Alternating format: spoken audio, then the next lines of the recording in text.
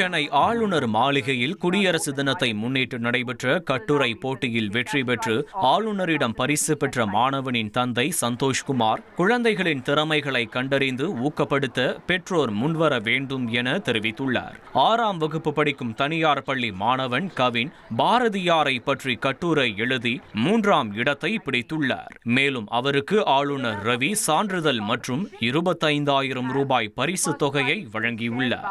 பொதுவாகவே நம்ம பிள்ளைகள் எந்த துறையில் ஆர்வமாக இருக்காங்கன்னு கவனித்து அதில் நம்ம ஆர்வத்துக்கு இன்னும் தீனி போடுற மாதிரி நடந்துக்கணும். என்னுடைய பையனுக்கு பேசுவதிலும் கற்று எழுதுவதிலும் ரொம்ப ஆர்வம் உண்டு. அதுவும் குறிப்பாக தமிழ் கவிஞர்கள், போராட்ட வீரர்கள்னால் ரொம்ப ஆர்வமாக இருப்பார்.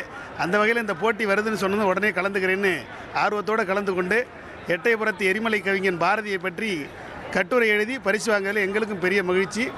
1,26,00,000 மனங்களை வென்ற தந்தை டிவி யூடியூப் சேனல். தவிர்க்க முடியாத தம்ப்நெயில்ஸ், கலக்கலான கான்டென்ட்ஸ். நீங்களும் இந்த குடும்பத்தில் இணைய இப்பவே சப்ஸ்கிரைப் பண்ணுங்க. அசுரபலம் கொண்ட எங்கள் டிஜிட்டல் கரங்களில் உங்கள் விளம்பரங்களை சேர்க்க வாட்ஸ்அப் பண்ணுங்க. 8939888838. Email advt@dttv.in.